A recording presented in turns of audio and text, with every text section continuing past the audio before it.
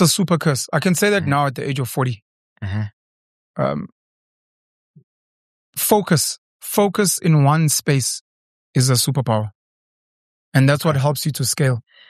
When you're too diverse and you get along with everyone and you're too diplomatic, I think it becomes a curse. I mean, you can explain more, but every time I've heard somebody say that, I think there's a desire because of how attractive that kind of personality is, especially for men. That if we focus on one thing, we can scale, we can build. And so I'm like, I think there is a desirability towards that kind of, posture, personality, persona. But I don't think it's the only way to scale. I don't think it's the only way to build, especially if you're not naturally wired that way, which I don't think you are. I'm not. Yeah. Sadly. And you've built. Yeah, but it's hard. That's fair. But you built. And anything worthwhile is going to be hard. It's harder than it should be. The guy with the one talent could argue that it's also hard for him. The fact that he has to ward off and fight all other distractions and just focus on this one thing. He might have desires for other things, but he has to curb those and kill some of those inclinations just so that he can focus on this one thing. And that might be hard. It's easier to build community with one identity. So you are Christian. You believe in marriage and proper commitment in terms of romantic. Yeah. There's a big community for that fully understands. Yeah. The people that you're fighting off are normally people that are not part of that community. Now, if you are entertaining Christians, Muslims, Jews, Rastas, atheists, sure. Every time you sit with one of those people, the rest of, let's say, your audience gets angry. Every time. Sure. Like you never win. Sure. You support people who believe in marriage, people that don't believe in marriage, people that want side chicks. So it becomes very painful to try and scale as a so-called dynamic person. Because I've sat with white Afrikaner leaders. Yeah. And then like black people hate me.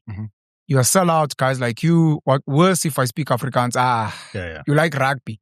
It makes sense. Sure. Then you sit with radical black voices. Sbu and I sat with Andile Mngitama a while back. And then you sit with guys like Abo Rutendo, Matinyarare and others.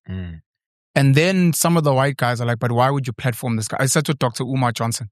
Why would you platform this? This guy hates white people. Sure. And all you're trying to do is feed your curious mind and speak to a diverse range of people. Yeah. But in doing that, you get attacked by everyone. Yeah. Now, that's just podcasting and platforms. Now, if you're doing that in just your lived reality, like who you date, who you hang out with, what sporting codes you like, sure. We have like a finite amount of time.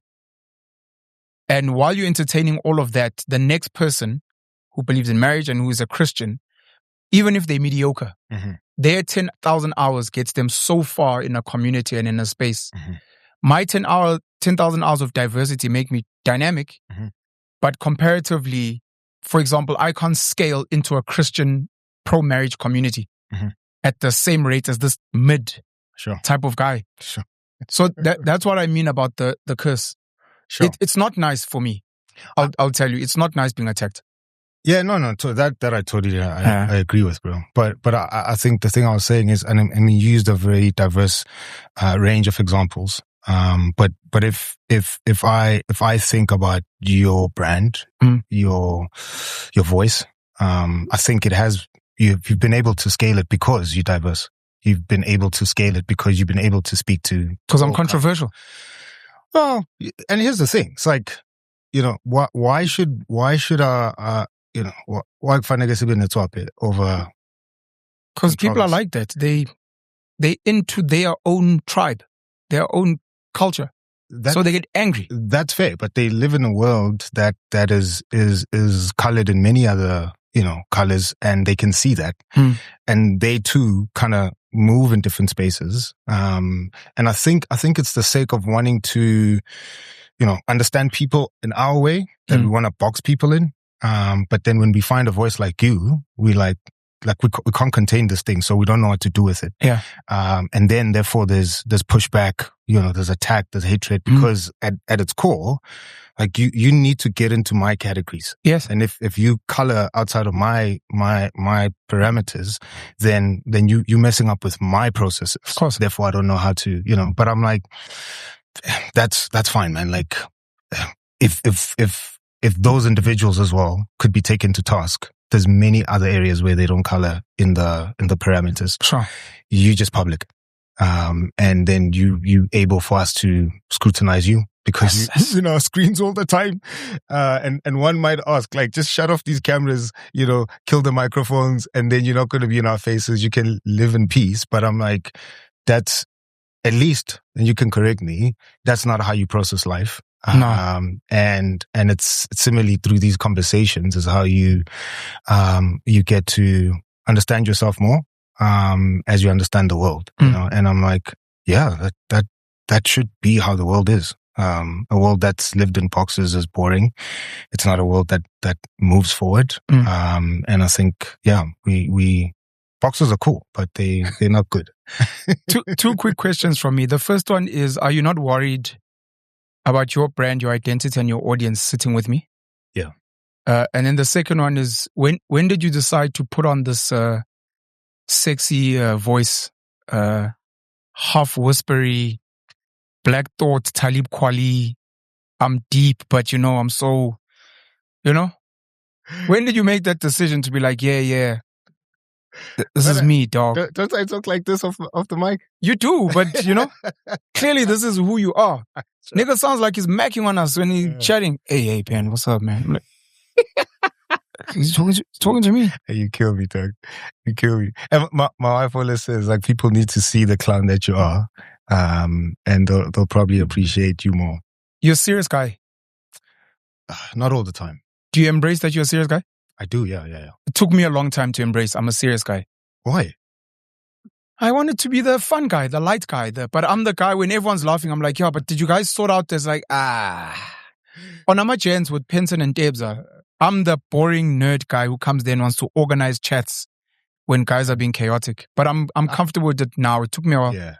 And that's what happens in your 40s, by the way, which I would love to get into. Jeez. Yeah. But hopefully you'll get there comfortably.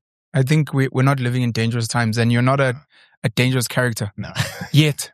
You're not Tupac yet. So your first question was? Are you not worried about your audience? No, I'm not at all. Yeah, not worried at all. Bro. They're gonna question you. Yeah, sure. 100%. Okay.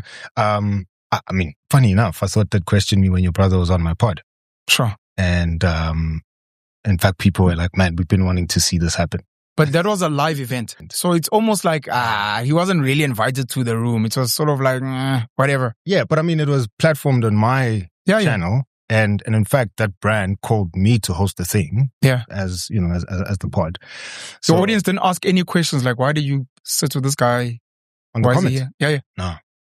Okay. People were like, man, we've been wanting to see you guys sit together. Oh. Because there's guys who watch you and there's guys who watch me. And again, because of how maybe people have interpreted us and things we say, then there seems to be a divide. Sure. And now it's like, yo, let's see what happens with these niggas will never sit. Let's see what happens with it. Penwell is the Antichrist and he fucking hates marriage. Yeah. Black must never sit with that nigga. Other people are like, yo, go sit with him and show him. Right? Yeah. Show him the light. Show him, right? So I'm not worried, man, at all. And in fact, I told you when I sent you a text to be like, hey, let's hang out for coffee. That for me, I was like, man, I just want to build bridges, hang out. Thank you. Get to know who you are more. I think we met here the first time. Sure. We exchanged numbers. You guys were hosting a masterclass. Yeah. Yeah. And we spoke on WhatsApp, and then I met your brother. Yeah. Who had created content about my content. And so when we met, he was like, oh, damn, this dude. And I wasn't hostile at all. We were chill. Were you aware that he was your hater? Yeah, I was. Penson is a fucking hater, man. What a fucking asshole. Yeah, he drew it from his older brother, bro. Never. I think fuck that. We sat on Nama Chance. Someone used Blaque as an example. My brother's like, that podcast with simps. I'm like, I don't think this guy's watched the platform. He's like, nah. Nabotevs are like, no, dog. So when he said that he'd met you and that you guys had worked, I was like, and he's like, nah, Blaque is a cool guy. I'm like, don't do that. Yeah, sure. Don't do that. Don't like typically like judge people and come on, man. But it's what we were speaking about now, that like we have to, I mean, our brains have to function that way for us to survive. If you don't have categories and you don't have boxes, you know, your brain has to do the hard work of trying to analyze a situation 100%. to keep you safe. 100%. So it has to pull from memory and things that you've also assumed on. And so I'm like, it's okay. But I think it's sit downs like these that break those assumptions and then create new categories in our brains. And I think that's where learning takes place, you know. You're speaking in passing about something incredibly deep. No, I'm not. We're having a chat. But I'm just saying, like, the concept of boxes to keep you safe. It's why we do it. It's a safety mechanism. Yes. And when you're constantly coloring outside the boxes, you are forced to behave and think and adapt and code switch more than the average guy. And that's fucking deep. Hard, bro. Yeah. And some of us, I mean, I'm glad you used the word code switching, and some of us have had to do that. Just from upbringing, sure. You know, that in order for us to survive, our brains have created boxes for us to stay sane, but our environment keeps on changing. And so then we constantly have to break those boxes, color outside the lines in order to survive as well, you know? So it's like, your brain is like, no, stay here. And you're like, if we stay there, we're actually going to die. Sure. We need to break those boxes to create other categories so that we can stay alive, you know? And code switching is something that, you know, I mean, I had to do growing up, bro. You know? Yeah. Having to go to school, and in white areas, and you're there. And you're like, man, I don't fit in here. You know, I could speak English as much as I want, but like culturally, I'm just far from anything that these people identify with.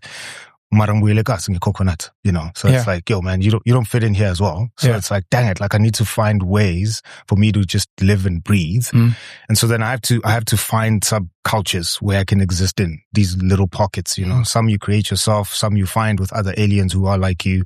And for me, going back to our earlier conversation, and I'm going to answer your question now, that's why I think it's a superpower that we can move in between spaces. We can speak. Our tongues can bend in ways that other people's tongues can't. Sure. And I think used well, that could be a good gift for humanity. But you can also use it to destroy people. True. You know, so you can start a cult, and some people have argued that you have. I have. Yeah. They are right, those people. I have. So you can start a cult, right? And many can follow you because of how malleable your tongue can bend and switch in between experiences and understand. Scam artists use that skill very well. They're brilliant at human psychology. Yeah. You know, so I'm like, it can be used for good. And that's why I see it as a superpower, not a curseness. And I get the curse part of it. It's the burden that you have to carry and all of these experiences that you have to move with, and constantly having to not explain yourself to people, but sometimes explain yourself to yourself. Yes. Right? That's hard. That is really hard.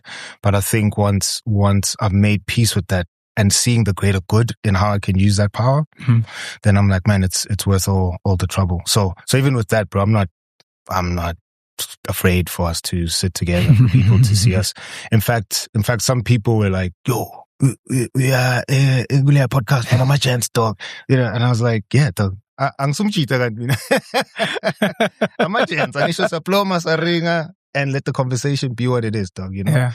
I've told you, but I think you're a brilliant mind, bro. Thank you. Yeah, I think you're a brilliant mind. And yeah, with all that you believe, with all that you, you know, chat about, and I think your mind needs to be explored, and we need to poke holes at it some more.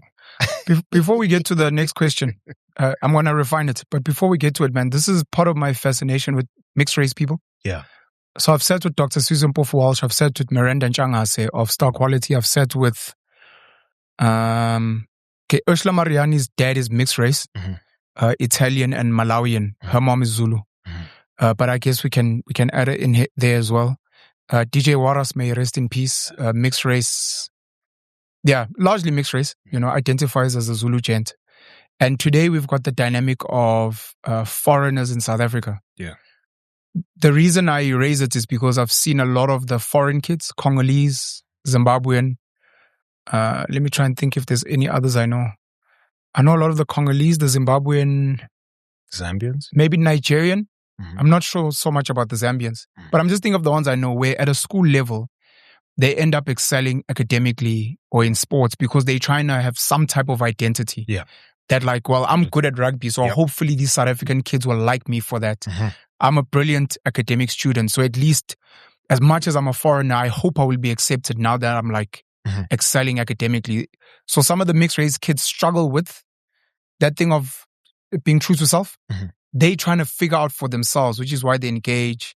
Never mind our code switching. Mm-hmm. They literally are in spaces where I'm visiting my white part of the family and like the black part. And part of these people are racist to those people. And part of these people fucking hate those. And you're like, I don't understand what the hell's going on here. And you end up wanting to be almost like this bright light so that you're loved by both sides and you're trying to represent parts of both sides that can be appreciated. I think about Trevor Noah and Abo Shoma Josie, whether they're aware of it or not, that's all they're trying to do. When white people say something, they quickly want to defend the black side. Yeah. When black people say something, they quickly want to defend the white side because, like, guys, it's not like that.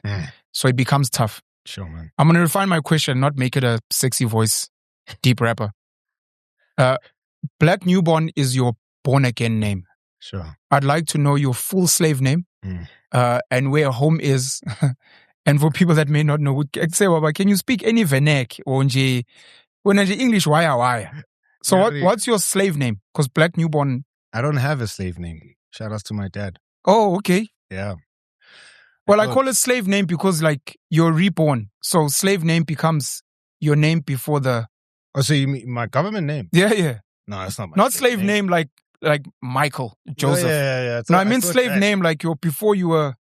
Before I was born again. Baptized into Blaque Nubon. And here's the funny thing with that it's not my born again name, but I did take some intentionality in thinking about why I kept that name. Cause I was called Black before I became a Christian. And I'll get into that. But the funny thing is, I was chatting to somebody, when was it? On Saturday. And they were asking the question around Christianity and Ubomzulu. Zulu. Yeah, Zulu. Oh, that's what's up. No wonder you don't. No, I'm not Zulu anymore. You're not Zulu anymore. Tribalism must fall. Tribalism must fall. I wanted to be like, yo, tribalism must fall. Careful, sorry. Right? So I was saying to them how, because they were wrestling with, like going back home, and being, in fact, her family is Christian, but they're trying to embrace certain things about their ethnic traditional culture. Sure. As Abazulu. And so she was like, man, I'm wrestling. Like, do we do memulo? How do we do lobola, et cetera. I mean, I nuanced my answer more, but for the sake of time now, I said to her, the thing with the Christian faith is that you become less Zulu in other areas. And once you become Christian, you actually become more Zulu in other areas as well. Right? Hectic. And so when I became Christian, I became less Zulu in other areas, which I can explain. But I fully enjoyed what being Zulu is because I'm a Christian. And Christianity actually opened my mind, my heart, and my being, to embrace that which God has given me. So I did not become Zulu as an afterthought in God's mind. He created me that way, intentionally so, placed me where he placed me with much intention. So I didn't adopt Blaque Nubon as a Christian name. Newborn though, however, was added as an emphasis to who I am now in Jesus. But maybe to delve back a bit. So born Umlungisi. Umlungisi. Yeah. But Umlungisi is the fixer. The fixer, yeah. Beautiful. But I don't use that name in public and on my platforms. And it's probably the second platform I've said this on. That's dope. Yeah, because I believe that's my calling. fix. And, similar to how you started the conversation, hating being attacked, I need to protect that guy. Because if he gets attacked, it's going to mess up with my mind and the calling that is upon me. And so I had to put Blaque on as a cape, as it were. Okay. To shield the guy who's been called to do what I'm currently doing. Yeah. That name was given to me by my dad. And in fact, I was supposed to be Smuda. Smusis. Yeah. A blessing. Yeah. So that was which you are as well. So yeah. Shout out, thanks, bro. Yeah. So that was my mother's idea. Sure. And so Mluda, no smoother. Yeah. So I was born Mlungisi, Lewis. Lewis. Yeah. Oh, that's a slave name. That's the slave name. I was born Mlungisi Lewis. How do you spell Lewis? Lewisi. WIS. Okay. Yeah. I think. No problem. Is it not on your ID? No. I'll tell you. Okay, no problem. Yeah. No problem. So, because that links to how I got Blaque. Right? Okay. So born Lewis. Mlungisi Lewis. Right. Spuda. Yeah. Spuda died when. Yeah, but to Spusi, so we'll give honor to the old lady. Yeah, sure. Yeah. Right. Born in the 80s. So obviously, democracy is ushered in. Yeah. And we have the freedom now to drop our slave names. Yeah. Oh, you're not adding the surname? So Ngubane. Ngubane. Yeah, Mbovu. Hey, I'm related to Ngubane. Okay. I know. Yeah. How do you know? Umlo. Oh, you guys have Umlo. No, I didn't mean it like that with my surname. Okay. I mean, I've got relatives about Ngubane. I see. Okay, no problem. Yeah. Please carry on, sir. I've heard history around the linkages. Our families, yeah. Sure. Anyway, but so democracy is ushered in. That's the first conversation around the history of our country, and I think my consciousness towards race. That was the first conversation I had with my dad. So he sat me down and asked me if there's any white kids in my class who have black names. To which I said no. And so he then explained the history of how we got white names. Yeah. And then said, well, we're gonna go to Home Affairs now and drop that name. So went to Home Affairs, applied for a new birth certificate and dropped the name officially. And so then I remained with one name. Your dad is woke? I don't know now. But he was conscious. Intentional. He was intentional. Which is important. Yeah. Okay. Yeah. So then I just went about with one name. And I think probably grade 4, grade 5 got introduced to Biko. And so, grade 4, grade 5? Yeah. That's early. Yeah. I was introduced at varsity. I mean, I should have been introduced to him the day my dad spoke to me about the history of our country. That's crazy. I was introduced at varsity. Bro, there were a few years I hated white people. Yeah, same here. At Rhodes. Yeah, despised white people. Jeez, sorry. Yeah. There was an era where I despised them. Grade 4, grade 5. That's beautiful. And so then I had a keen awareness of Biko, his writings, what he taught. And I think probably by grade 7, I wrestled with just the state of our country, colonialism, where, again, having to code switch and not fitting into white spaces. And so then I was like, man, the world can take everything, but the one thing they can't take away is my blackness, right? And so then I started calling myself Blaque from there. From grade 7? Yeah. Yes, you've been woke for a minute. And I'm not woke. I mean, I have issues with wokeism. Or as a term? And being, no, not as a term, with what it's become. Yes, I was going to say, it's been really dirtied. It's such a beautiful term because you were sleeping, now you are woke. Yes. But the people that want us to remain asleep have made it such a dirty term that... Exactly, they've co-opted. It was too clever. Hey, why you calling me so well? You're like, oh, so I must speak English badly? Yeah. I mustn't be smart? Sure. I mustn't show up? I mustn't be woke? Yeah. I must remain an idiot? Okay. Yeah. Shame, man. Okay. So then I'm like, yo, the only thing that won't be taken is my blackness. So then I in fact, I was Black believer. So I believed in anything black, right? In grade 7? Grade 7. Yes. So, you weren't problematic at school? No. I was luckily. Just a naughty kid, making noise here. But it's not like you'd be suspended because you were fighting white kids and telling them about apartheid and Mandela. I mean, grade 6, grade 7, I had some encounters with the principal. Jeez. And yeah, that was dismissed as, at least the complaints that I brought were dismissed as not being racial, which I went home, told my dad, and he was like, man, that's rubbish. Yeah. So anyway, but I wasn't problematic in that regard. Good bang closure. Sure. Okay. So grade 7 that happens, and then I just remain with the name. So throughout high school, that's when I think my hatred for white people really developed. Damn. Black with a CK? QUE. From the get? Yeah. Where did that come from? It was, I think, just hip hop was also influential in that. Okay. You know, and then, you know, again, thinking the world can take away everything. It's not going to take away my blackness, even in how I spell it, right? So we're just gonna try and just be left field for left field's sake. I wonder how Black Thought got his name. I'm actually going to look it up after this. Yeah. Okay. So and those guys were influential. So my worldview in its earliest form was shaped by hip hop. Right? Why? Where did that come from? So we spoke about rugby earlier on, and I think my intrigue into how you are in love with rugby, I see how I fell in love with hip hop in the same way. Okay. And so again, you know, earlier on you had spoken about how you would want to meet guys who play rugby at the highest form. And so I was like, man, like we need to take this to its origins. Where does this thing come from? I see how dope it is, you know, besides the music, right? But there's elements to hip hop. Yeah. The whole movement. History. Right. Yeah. And so if you're going to be ahead, be ahead. Right? Don't just like listen. And bro, you've spoken about these underground, dirty backpacker rappers. That was me, bro. You know, so if we're gonna do this thing, let's do it. Yeah. Right? Let's not be half baked. We don't listen to commercial music. Yeah. Jay-Z. It's fucking sellout. Yeah. Motherfuckers. Right? so we like.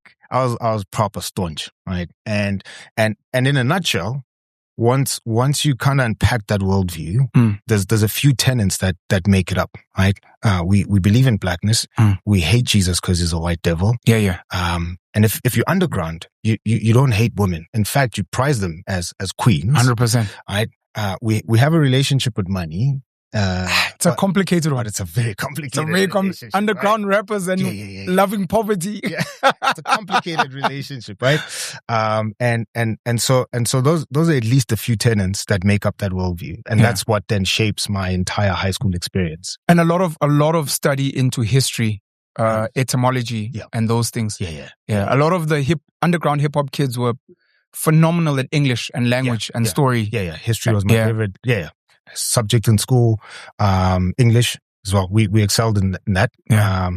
I think that also shaped just how we interacted, how we spoke, so, and also just trying to figure out who you are. Like identity is a big thing in hip hop, and we're trying to figure out who we truly are. Where do we fit in the world? You know, I mean, hip hop itself is birthed from a cry of people just not fitting in where they are, and they're trying to push back against just the cultural, narratives on who they claim to be, but they say, no, we're going to assert who we believe we are. And so there's a whole lot of that. And so that shapes my whole high school life. Who introduced you to hip hop? Friend of mine, Zweli, whose brother was a head. Older. Older brother. Yeah. So I don't know how much you know of like Joburg underground. Nothing. So there was this mystical figure. Right, like you only got to see him if you were like in the upper echelons of hectic. His name is Adomis. Adomis. Yeah. Okay. Real name Adam. Okay. Adomis. Right. Anybody who's watching this who knows Adomis, if he was this elusive character, super dope, right, and just like next level brilliant, right? You remind me a bit of Adomis. That's crazy. And well, shout out to that. I mean, fuck, I'll take it. Adam, the first man, Adomis. I don't know where Adomis is now. Anyway, Zweli's brother and Adomis were friends. And so Zweli introduced me to rap, because I used to paint and draw. This is in primary school? Yeah. And so that's crazy. These things sound like high school. Yeah. Jeez, you guys were ahead, man. Kudos to you guys. Yeah, I think shout outs to my dad, bro. Yeah, shout outs to my dad for just wanting to expose me to stuff. Okay. Just being a champion of my talents, you know. So if he sees something, he's like, yo, let's press in, let's try. And if I can fund it, I'll fund it. Sure. Shout out to your dad for real. Yeah. First 15 years of my life, dad was a hero, man. Proper. Right. So I think it's because of that environment. It was conducive in that regard, you know. So Zweli introduces me to that, and then you were painting and drawing. Yeah. So paint, draw, but I came to a point where I was frustrated with how small my canvases were, and then rap was something that seemed like a far bigger canvas than the canvases I was using to draw and paint. And so then that's how I ended up rapping. And then obviously immersing myself in hip hop culture. Yeah. So that was me. Have you heard Kanye say something similar? With painting, drawing? I don't know if you know that he's an artist. And So Kanye was at a school of the gifted. I know him and his mom lived in Asia at some point. I don't know if it was Japan or... Yep. But at some point, for him, hip hop was also like... the art couldn't be loud enough. Yes. So you wanted to get louder. Exactly. And hip hop as a form of creative expression became that for him as well. Yeah. So that was crazy. A big thing though, for me. So high school, that's what happens. And then I go to after. No, let's not get to after yet. I want to start with the rappers that you liked. Okay, cool. Just quickly. Cool. No, stop. Because I was also going to explain the name thing. Yeah, we're on the name thing. That's dope. So if you want to give a shout out to your schools. Nah. No? No problem. But the rappers. The rappers I listen to, and I'll mention this dude because there's a guy on YouTube, I forgot his name, who just recently made an episode about him and how he shaped the rap that we know now, but he'll never be recognized. Sure. Cannabis. Sure. So Cannabis was big. Cannabis was verbose. He was the dictionary. Yeah. Scientific dictionary. That's Cannabis. Yeah. But he was next level genius, bro. You know, that guy he studied computer science in like the early 90s. When no one knew what computers were in the world. He what we know is streaming now, he created a website for himself in the early 90s to stream. Right? At some point, Cannabis had created, you know, when Kanye created that little player, I forgot what he called it, man, where you could play the stems of songs. Cannabis created a device like that in the early 2000s, where he had one song that was probably like 5-6 minutes, and you could use that device to switch in between different beats. Yeah. And at any point that you switch, his delivery of the lyrics would still be the same. So he's rapping the same thing, but you would switch in between songs, and he recorded all of those stems so that it would be possible for you to switch in between the songs and not lose the song itself. You know? Insane. But Cannabis was up there. Obviously, Immortal Technique. Hey, Immortal Technique. Right. Immortal Technique. There was Army of the Pharaohs. I don't know Army of the Pharaohs. Oh, it's called a stem player. Yeah, Kanye's stem player. Yeah, okay. But Cannabis created one in the early 2000s. So Army of the Pharaohs, Jada Mind Tricks. Jada Mind Tricks, obviously Vinny Paz from Jada Mind. Vinny still raps, bro. If you know anything about Vinny, he's still hectic. He's still rapping. So Vinny Paz. Then obviously Talib, you know, I was introduced to Talib and Mos Def. Talib Kweli and Mos Def in grade 11, 12. Black Star. Yeah, Black Star. Grade 12. Grade 12. That's how late it was for me. I fell in love with hip hop in grade 9. Okay. Before that, I loved Tupac a lot. Yeah. He was conscious. He was woke. What Julius Malema was at some point. Kanye West. I'm just trying to think. There's these black guys who make you comfortable to be allowed black. Tupac was that. Kanye's been that. Julius Malema for some of us has been that. I think Elon Musk is that for the white community and for geeks. As an example. But I fell in love with hip hop in grade 9 because a very close mate, Buhle Mabaso, gave me a cassette tape, which I'm a 2000 wouldn't know fuck all about. A cassette tape, Extinction Level Event, Busta Rhymes. So I fell in love deeply with Busta, and then it became Luda. Then conscious hip hop became Mos Def and Talib Kweli, grade 11, 12. Then when I got to Rhodes, I met all these kids that knew African history, which I'd never heard of. I just wanted to be a choir boy and a rugby guy. Sure. So then I went deep and I started then learning about some of these guys. That's Sorry, cool, bro. Tell me. No, that's fine, bro. Yeah. But I have to acknowledge our local guys, bro, because I think our golden era of I'm gonna get stoned of hip hop was around the time where Optical Illusion. Yeah. But there was also another tape, Expressions. Sure. That had dudes like Mad Scientist, Nosisi Ngwenya, and I forgot Firstborn. They had a track on that. Who else was there? Obviously Golden Shovel. Casper was literally recently trolling Lymphatic tabs. Tabs, yeah. And Ben Sharper. This Ben Sharper. Yeah. I think he's Zimbabwean. Mischief? No, not Mischief. Zabs. I think Zabs is Zimbabwean. I think he is. I think it doesn't matter though. Yeah, sure. But those guys. Now Proverb. Yeah, bro. Before Pro Kid was Pro Kid in rapping in vernacular. Sure. He was still rapping in English. Only English. It was Gandhi Square was a thing, and there was just like a horde of dope local underground rappers, man. That for you, that was the era. Yeah, and here, let's be fair. Like hip hop evolved, and I think you're just a crusty old head. I think being a purist is just it's not consistent with reality. Unfortunately. Yeah. So I want to read you Zabs. Yeah. Ndabaningi Mabuye. It says here on Google is a prominent South African rapper and lyricist who grew up in Harare, Zimbabwe. So I think that's where the Zimbabwe thing comes from me. But he was born in Zambia. Hey, interesting. Yes, Kasama, Zambia. Raised in Harare. That's what I wanted. And then primarily active in South Africa. Yeah. And then studied at Rhodes where I went. A lot of Zimbabweans at Rhodes. So shout outs, man. Okay. I actually wanted to go to Rhodes. You would have probably fit in. It's that type of vibe. Bro, I love Rhodes, bro. I love Makanda now, but like, man, I wanted to go there so hard. Sure. Anyway. You done with the rappers? Karis One, Nas. Yeah, Nas is one of my goats. KRS. But then like as you grow more accustomed to, other kinds of rappers, you realize, okay, cool. There's certain figures like KRS for me where I'm like, I think at a philosophical level and as like an OG of the culture, we can't take that away from him. But raps, I'm like, nah, dog. Hectic.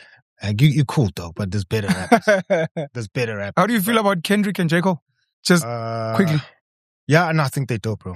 I think they dope. They managed to play on both sides, which I think is rare, in my opinion, by the way. Yes.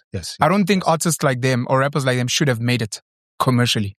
I think because the landscape changed. Yeah. And we became more digitalized as a globe. Yeah. And you could exist in your little ghettos, in your enclaves and survive there before. Sure. But now it's like there's all these silos, all these ghettos, but there's cross-pollination and we want to hear what's happening in that ghetto and that other ghetto. Sure. And so I think they survived because of that. Okay. That you get a character like you who says, I was introduced to hip hop, through Luda, Busta, all these guys. And you guys you'd be enemies to us. Sure. Right? I wasn't commercial, but yes, those guys were my guys. And they weren't necessarily under, I think Busta actually has got a lot of respect, had a lot of respect on both sides. Yeah. But we weren't fully commercial. We weren't like your Jay-Z, B.I.G. guys who are about money and girls. Yes. But you guys wouldn't like us. But we wouldn't like you guys, right?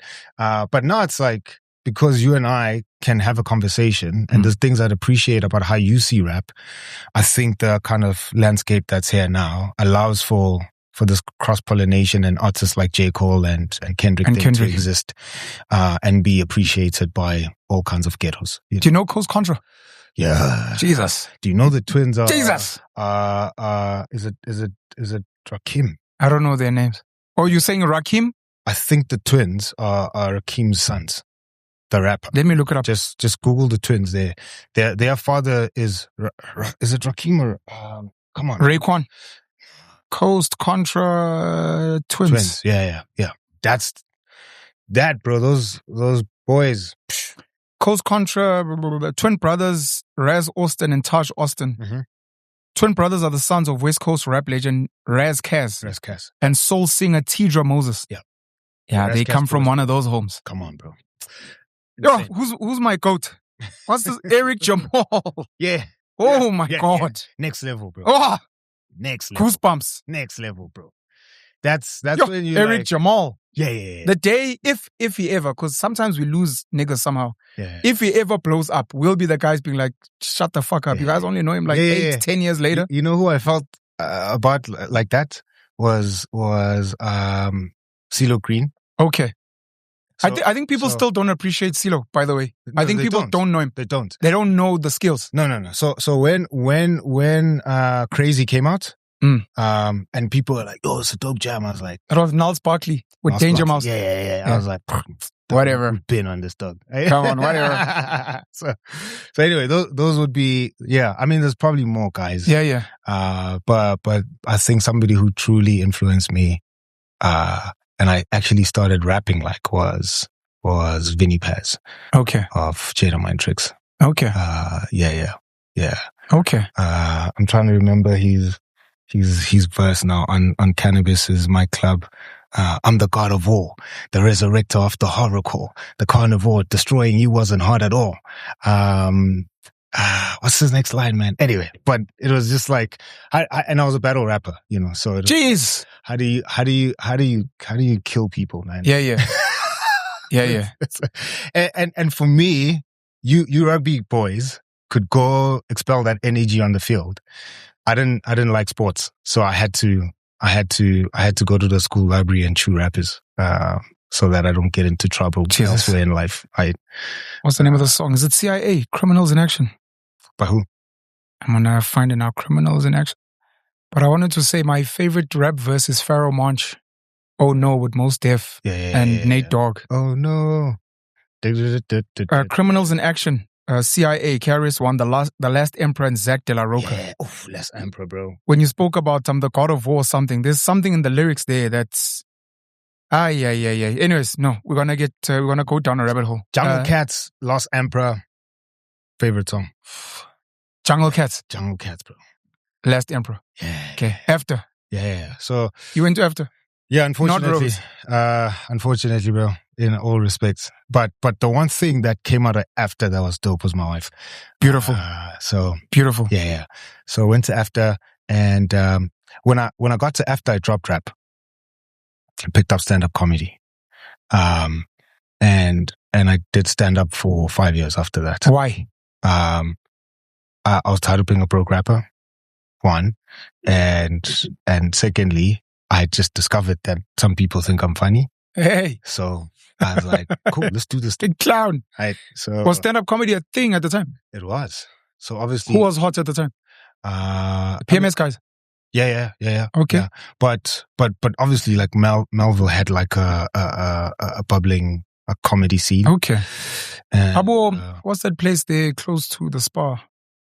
Bambanani. Cool Runnings. I think Cool Runnings had an open mic. Cool Runnings and up the road, sure. Close to 7th, Bambanani was there. Bambanani would host comedy. Yeah. Jeez, I think we're losing Bambanani. I don't know if you know. No. It might be shutting down. The one in Melville. I think there's another one in Bedford View, if I'm not mistaken. That's crazy. But the one in Melville is shutting down. It might be shutting down. They had a campaign on social media recently. I think they were selling artworks and also asking people to donate. Yeah. Sheesh, man, that's sad. But they might be reconfiguring it into like a theater space. I'm not sure. Okay. I'd be lying, but I know they said they might be shutting down and they struggling in some respects. Bambanani had a comedy night thing. They did, yeah. When we were After. So I was in a clique called No TV, No Sleep. No TV, No Sleep. Yeah. Okay. So there were 3 of us, were comedians. And so we would like have these little open mic sets during break to test out our material, and then in the evening go try hit this Melville circuits, so did that for a couple of years. You weren't a broke comedian? No. Okay. Comedy pays, bro. To this day? I mean, I don't know now. Okay, but it was paying then? comedy pays. Jeez, that's dope. Yeah. That's dope. The lost scene or place I was in was before Parker's closed. Sure. And I had a couple of gigs at Parker's. I wasn't a resident, but I had a couple of but most things that I did before now was comedy paid quite a lot. Jeez, that's dope. I think I would have never known. Yeah, the first corporate I did was for NetBank, if I'm not mistaken. And I got paid, was it like 10 grand for 5 minutes? Jeez, that's crazy. And I was like, no. At that time, that's 45 minutes. That's crazy, man. It's insane, though, because there was 3 of us again. We all got booked, but we all did like 5 minutes sets. Sure.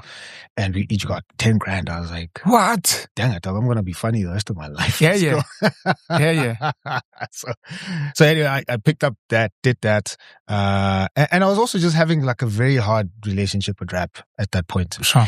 But also coupled with it, bro, like my family was falling apart. Parents had separated when I was in grade 9. I'm sorry. And then in first year after, they officially divorced. Got divorced. So things were like a bit hard, man. In that stretch, I think probably like towards my second year or end of second year, I was homeless as well, So then sleeping in my car. Like for real? Yeah. So I would like hang out with you. Sure. And you don't have a car. I have a car. And so I'm the designated driver who's drunk like you, but and and so then I'd take you home. But when we get to your place, I'd be like, dog, I live far, man. Can I crash? Yeah, sure. So I crash at your spot. Tomorrow, wake up, bath, we go back to school. And same routine. Then who am I hanging out with today? Who am I driving? How did that affect you psychologically? It just made me more resilient, bro. So I look at those in the moments. Obviously, it's like, man, this is rough. Why didn't you go home? Because of school. So one, school. But secondly, because things are falling apart. If I go home and my parents are fighting for our family home, so my mother's not even staying there. So nobody's staying there. Dad is throwing missiles, mom is throwing missiles. And so they're fighting for the house. My mother's moved to my grandmother's house. My dad is wherever he is. And so it's like, okay, there's just I can't be there. But it was too toxic for you to go there. Yeah, it was rough, man. And you could have gone there, but you'd rather sleep in your car than. I couldn't go. There was no access to the house. Okay. If I go back home, as in like my hood, I'd have to go stay at my grandmother's house, which is another complicated situation. And my mother is spending whatever little sense she has to fight my dad. And so there's just no way she's going to look after me and 2 other kids. I was going to ask if you had siblings. Yeah, 2 sisters. Right, younger. Okay.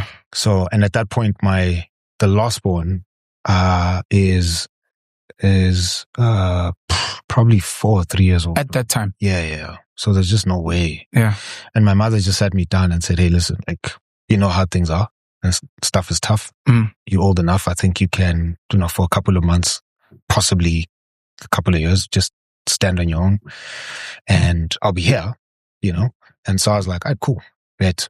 You spoke very well of your dad. Just if you could maybe just share sure. your views on your mom. And Yeah. I don't know if it's a private. We don't have to. No. I think my mother is a hero, man. Like she's next level. She's. I think I get my personality from her.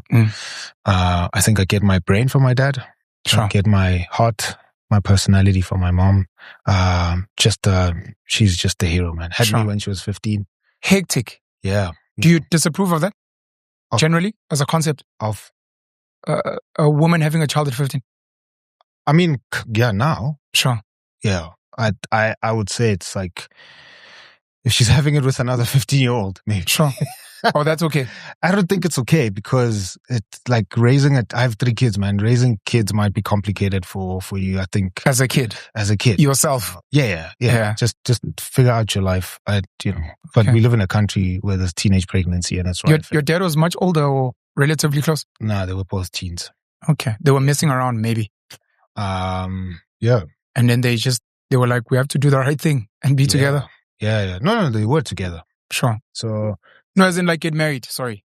Yeah. I mean, messing around as in they weren't doing family planning at 15. Yeah, they weren't. So a baby came, but then they were like, look, we have to do the right thing and get married. And so they got married 5 years into my existence. Okay. So they didn't get married immediately. It wouldn't make sense at 15, but you never know. I mean, back then, probably maybe. They probably would have been like, hey, marry her away. Sure. But shout out to my grandmother, because my mother was so skinny, she didn't even realize she was pregnant with hectic. Me. And probably like, I don't know how many months in, abokoko baselokishini badai. Khona ukushaya amanzi la. Why manje sisakho wena singaka wena ezinye ingane? Yeah. And she's not feeling it. So they went to my grandmother and said, hey, we can get rid of this very quickly. And shout out to my grand who said, hell no. Right? So there's something coming. Yeah, my life. There's a fixer coming on the way. Come on, bro. Can't let this happen. Yeah. Okay. So shout out. And you became Isibusiso in your mom's eyes. In her eyes, bro. Yeah. So she's been there, man, and just a warrior. It's given me a sense of life. I get my fashion sense from her. We bond. I think, believe in love languages or not, but that's our love language. If I would show up in public looking like a clown, she'd be the first person to feel it without even knowing that I look like a clown. She'd sense it, right? So that's how we bond, bro. Yeah. And we've bonded that way for a very long time. Dope story. I'll keep it short. So we grew up in like, we're not rich. But we also not like dirt poor. We live in a shack. In a shack? Yeah. So what's a shack? It's, plastic, tin. Who lived in a shack? Me. Right. When? Wait, this is a real story? Yeah, it's a real story. Who lived in a shack? Us, me, my mom and dad. When you're saying we weren't poor, but we lived in a shack? Yeah, but we weren't poor. I mean, we could afford to buy a stand. Okay. Right. So what? Winnie Mandela. This perspective is wild, because anyone listening is like, Baba, we are poor black people, but living in a shack. That's fair. You can't say we were not poor, but we lived in a shack. That's fair. And I'm saying objectively, you can argue that. Subjectively, we were never poor. Okay. Right. We were just building. Okay. And that's the narrative my dad instilled in us. Winnie Mandela. Yeah. So Winnie Mandela, when it was first issued as a place where people can buy land. As a squatter camp. As an informal settlement. Yeah. Winnie Mandela, because before people link it to other things. Yeah. So the informal settlement. And I don't even think it was supposed to be an informal settlement, because we bought land and people were supposed to build houses there. And so my grandfather from my mother's side provided us with the material to build our shack. I think my dad bought the piece of land, but we were very clear that we're not staying there forever, right? And so anyway, we built there was probably like 5 of us, 5 families, who lived there. And I think we stayed there for a year and a half, if I'm not mistaken. So I come from those kind of, beginnings, and I'm trying to remember now where I was going with this. My apologies. But no, it's fine, bro. So I come from that, and then So I was telling you the story. Yes. So I live there, but I have to go to white schools. So Mangnandanga transport Sabaya, get there, and I'm like, fancy houses, fancy kids who have vacation, and so some of the black kids that go to my school, they come from well-off families. So when it's CV's day, they rock like proper brands, right? And we have to like put stuff together. I remember our first elections. There was those white T-shirts with the doves. Yes. Yeah. So we couldn't bring peace in our land, South Africa. We love you. South Africa. We couldn't afford Christmas clothes, right? And the guys again, I'm fit. Christmas clothes. They have to show off, right? But I think the dopeness of having a nuclear family was what shielded me, because both my parents and I, we all wore those T-shirts for Christmas, which seemed like a flex in the face of a culture that was going in one direction, right? And so that made me think, like, there's power in matching tees. Yeah, how you present yourself and the narrative that you tell that people can't dictate, so don't dictate my narrative for me. I can control it. Right? Yeah. So fast forward, CV's day, we have to come to school. People are rocking, Jordans, Adidas, Nike, whatever. And I don't know where we got this black suit from. And it was around the time Men in Black had just dropped. Hey. So we spent the whole night tailoring this thing as a family.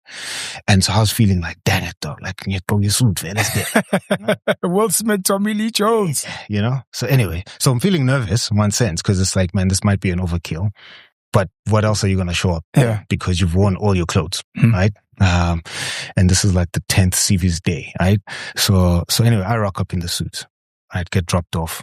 Already when I get into transport, there's already like, energy that's sucked out of the car. Mind you, just keep on, Other people are like, man, this is dope. Other people are like, we don't know, right? Sure. Anyway, I rock up to school. Long story short, I kill it.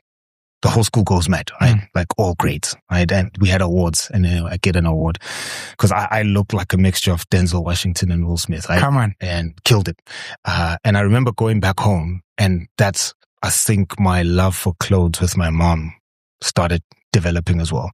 And then I just realized the power of how you present yourself, started learning very early on that we don't necessarily wear how we feel, but we wear how we want to feel. Because if we dressed how we actually felt. Jeez. Right? So there's a sense in which our clothes say stuff to us first before they say anything to the outside world. And people might even misinterpret what your clothes say to them. But you would know what your clothes say to to yourself, right? So me and my mother just bonded over that, man. And, so she's just dope, man. And just been there in everything I've done. And in fact, she's the one who, when I told that I want to go to Rhodes to study law, she was like, dog, I think you're an artist. I think you'll kill this law thing, but you might be bored later on in life. So, which she denies now. But I ended up at a film school because that was the first time my mother spoke into anything I was doing career-wise. But she's dope. She's dope, bro. Okay. Yeah. We're going to have to sit down again, I think. It's cool, man. We didn't even start on the topics we actually came here for. I know. I'll ask a few questions. Yeah. I think before we close off. Yeah. I appreciated this though, because when I initially wanted to sit, I think you're dope, bro. And Thank you. Like, man, it'll be. I think this is what we both wanted and needed. Yeah. So I'm also happy to not stick to the script. Yeah. For now.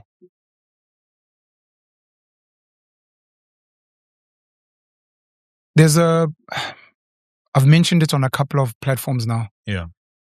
You said something very beautiful on Love Wins, which is now the show that Abu Debza and them are producing. And you spoke about living selflessly for your wife and your wife doing the same.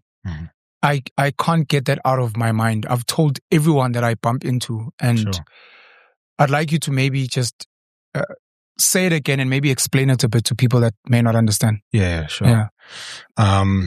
Yeah. So I think for me, that's what I believe the design of marriage is. That marriage is, I would argue, the only relationship or only institution that calls us to live sacrificially, that calls us to live lives that are selfless. I think by design, marriage is made to break us in that regard. Death of self. Yeah. For your partner. For the flourishing of your spouse. Yes. So everything that I believe God has called my wife to be, in His wisdom, He sees fit that He will unearth all of that by bringing her into a marriage with me. And so my responsibility and privilege is to constantly sacrifice myself at the altar of her flourishing every single day. That's us. Those are the things that are unfathomable for us normal gents. Like,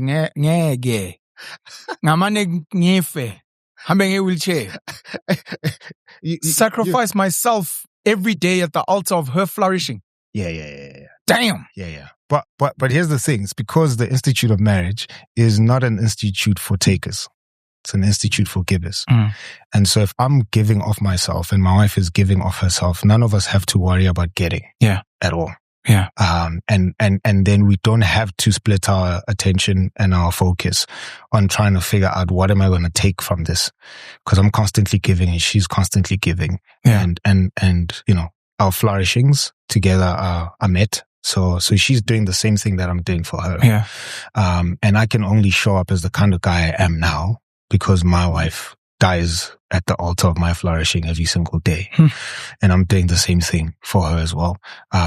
Is it easy? Not at all. Because I have to come face to face with myself. And in fact, marriage is that mirror, where I see how ugly I can be, how ugly I am. And there's a oneness that's required in marriage that won't happen if I hold on to myself, my desires, my wants, my goals. That oneness is not going to be fully expressed, So I believe you become one when you say I do at the altar, but there's a sense in which in real time you have to live out that oneness, and it comes at every single moment where you have to decide to die to self. I can choose to be right in this moment, but then I realize, okay, cool. Will that benefit my wife? Sure. If I win, is she flourishing? Yeah. But there's other times, because that could sound like I'm spineless. There's other times where, because of the love that marriage requires, I need to call certain things out of her because I still care for her flourishing. So if I see that she's acting subhuman, I need to call that out. Jeez, subhuman. Yeah. Because that's what it means if you're gonna act out of purpose, right? If you've been created for something and you don't live according to that purpose, sure. you sub that thing. And she's created to be, the best human that God has called her to be. And when she's not living up to that, or vice versa, I'm not living up to that, we are living subhuman. And from the Christian worldview, we can say that the thing that causes us to live subhuman is this ugly 3-letter word called sin, right?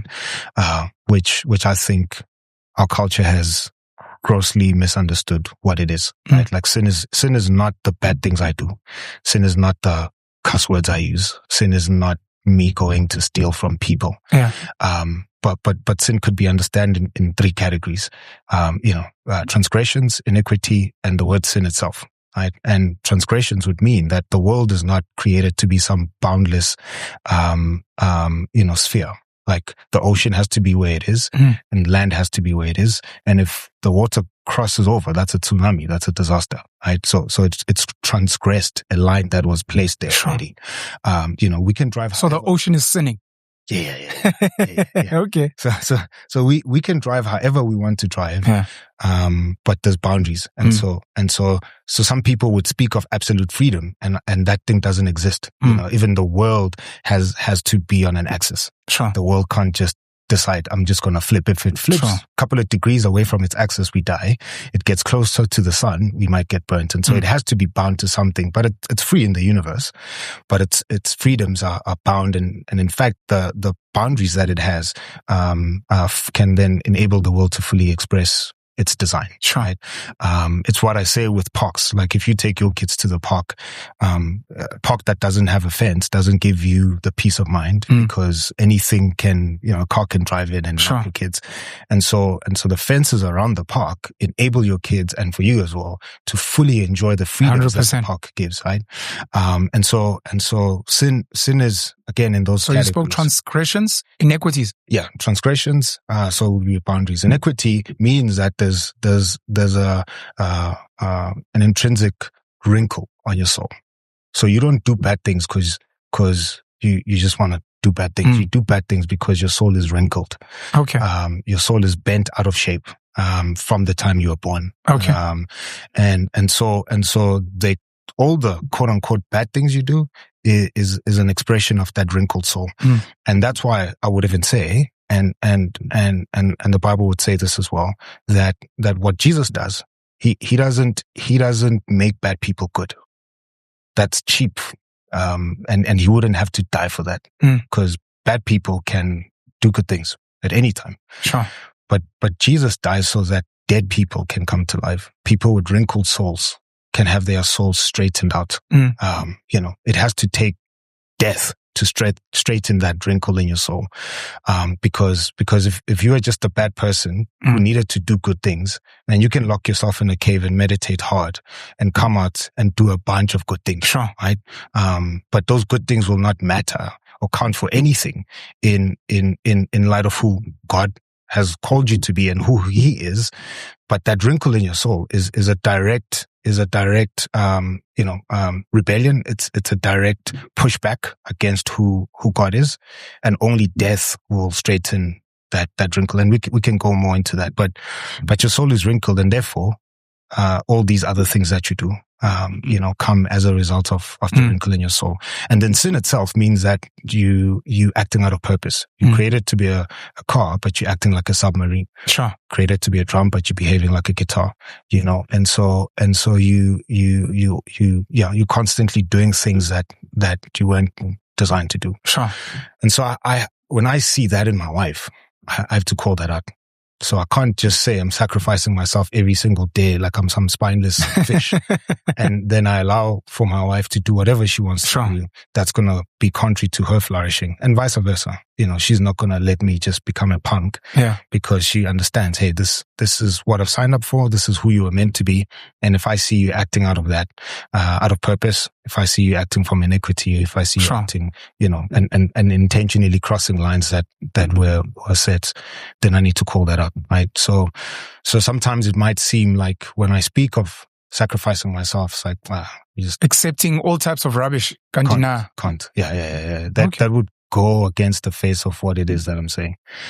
You know what I mean? So how do you explain a dynamic that I've struggled with for the longest time, where I've met amazing women who seem to embody what you were talking about? Mm-hmm. They want to serve me. They want me to flourish. And in my head, I'm like, this is too much. We live in the age of feminism. You're empowered. Sure. You don't always have to cook for me. I can also make a meal. You don't have to do my laundry. You don't have to. A big part of it is where they come from and the examples they saw at home. Yeah. So they want to do that for me. Yeah.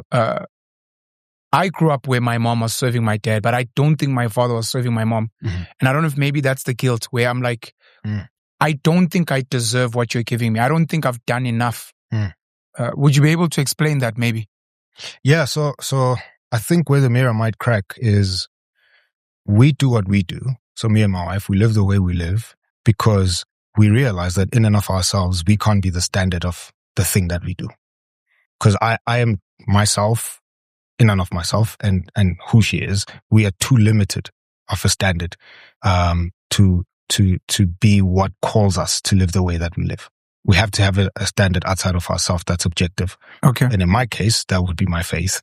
So my wife will grow tired of serving me if she is the standard of why she's serving me, or if I'm the standard in her eyes of why she's serving me. And again, if either of us become the standard, we're changing as people, we're growing. So that means our standard will also shift with us. And I think that's too much of a burden to place on each other, because the kind of people we were 12 years ago before we got married are not the same people that we are now. And we've grown and we've changed in many ways. And so then if I was the standard of our marriage, then my wife would have to be subjected to my change, and constantly she would have to keep up with that. And I think that's unfair. And in fact, she would be crushed. And I don't think I have broad enough shoulders to be the standard of our marriage anyway. And so we need to have an objective standard outside of that. I might say, in your case, you guys might have looked to each other as the standard. Or there's a sense in which, like you said, I grew up this way, and therefore I need to replicate that.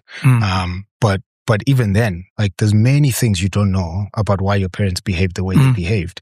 And so I think then you're importing certain things that you might not have the bandwidth to fully understand, but also shoulders that are not broad enough to carry some of the things that there's gaps that you didn't understand. You know what I mean? So for us, if Jesus is the standard, who's outside of us, and he says he's not shifting and he claims to be constant, I don't have to worry about my wife sacrificing herself for loving me.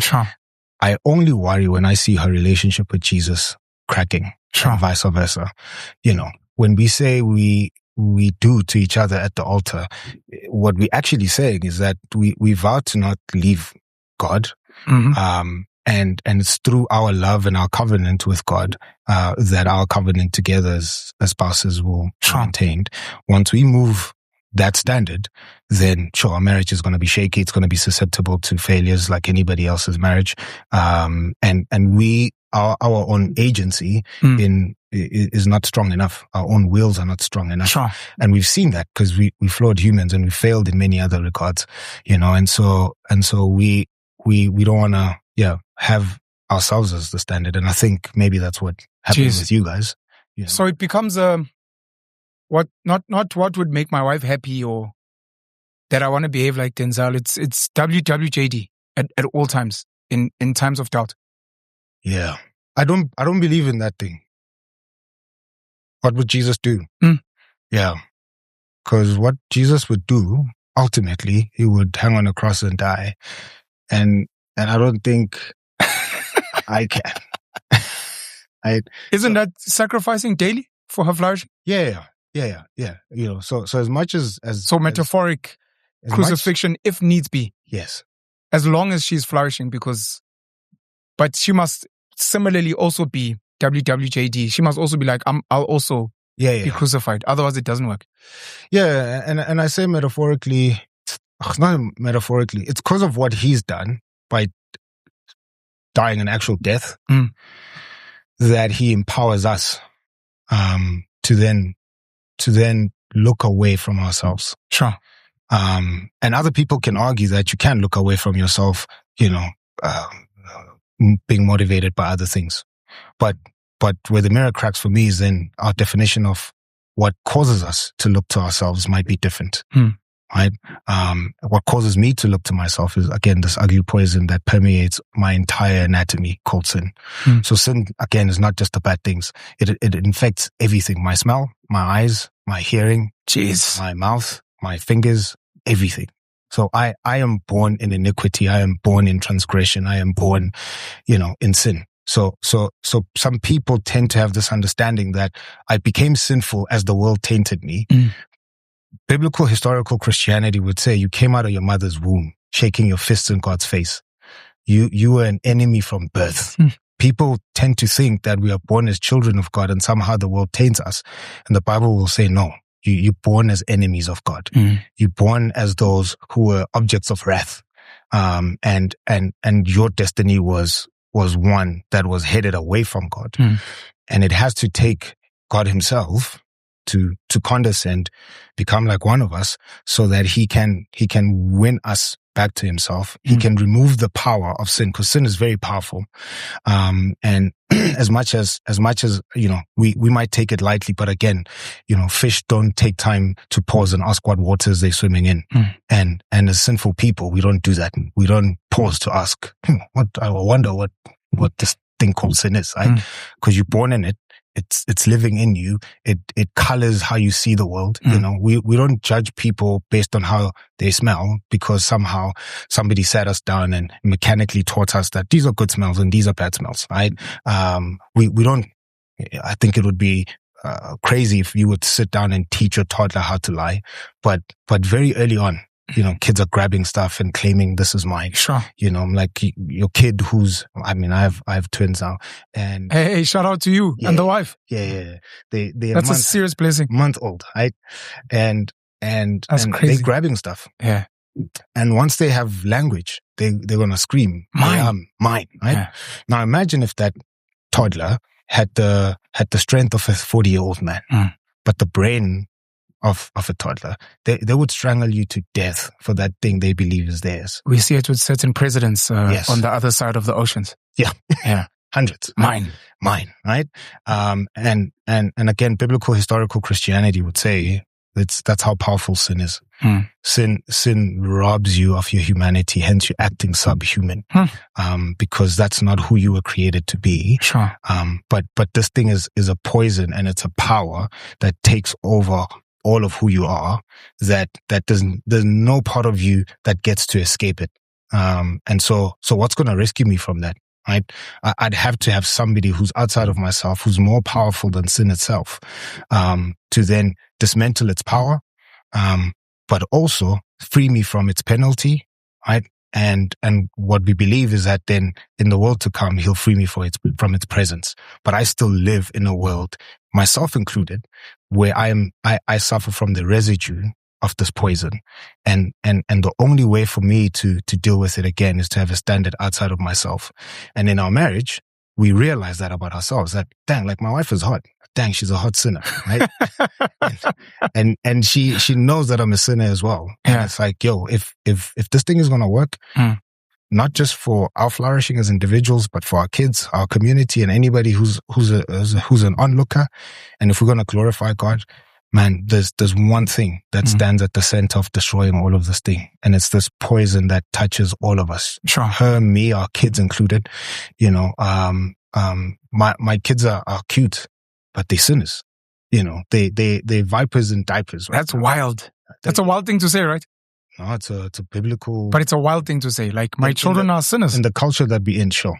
Yeah. But though they're born sinners. They're a month old in the world, and they're full of sin. And I have to pray hard that one day they can grow up and have a serious intellectual, but also heart conversation, with God and see Jesus for who he is for themselves. Because our faith is not inherited, at all. It's not passed down. I can't give it to them. But I can create a very conducive environment in our home for them to at least be introduced to it, to see how I live, to ask me questions. But at the end of the day, they have to make that decision for themselves. But there's no way that this thing is inherited or it's passed down. And you know, as much as Jesus would call us collectively as a body, but he does that with individuals, and he wants to have a personal relationship with people. And I think that's part of the issue, is how we have a personal relationship with Jesus, then people can personalize him to their own preferences. Sure. You know, which is another big conversation there. But all that to say, we need to have a standard outside of ourselves, for our marriage to work. If we're the standard or our families are the standard, I think this thing is definitely gonna head for the rocks, you know. I've got two immediate questions following from that. Number one, sure. How does the ordinary guy find the right type of partner who shares the same values?